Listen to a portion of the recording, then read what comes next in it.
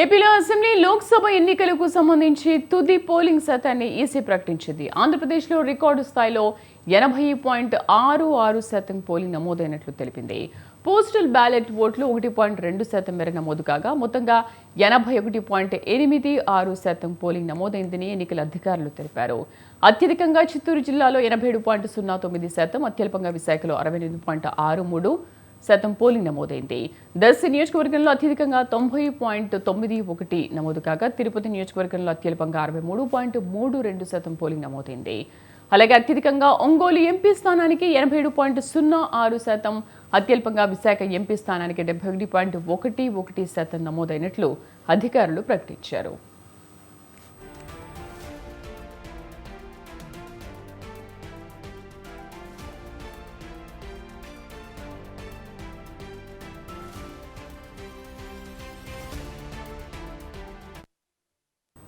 దీనిపైన పూర్తి సమాచారం కరెస్పాండెంట్ సంతోష్ అందిస్తారు. సంతోష్.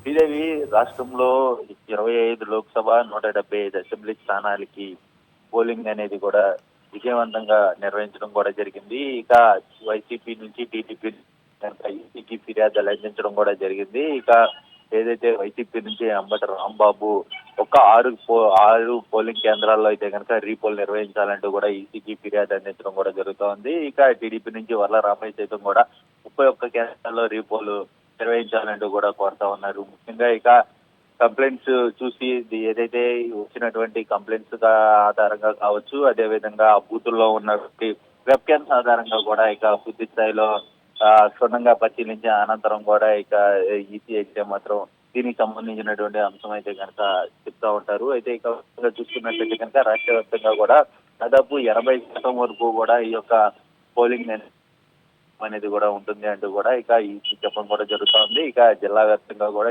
అన్ని జిల్లాల నుంచి వచ్చినటువంటి సమాచారం అనంతరం కూడా ఇక ఈసీ అయితే కనుక దానికి సంబంధించినటువంటి పోలింగ్ శాతాన్ని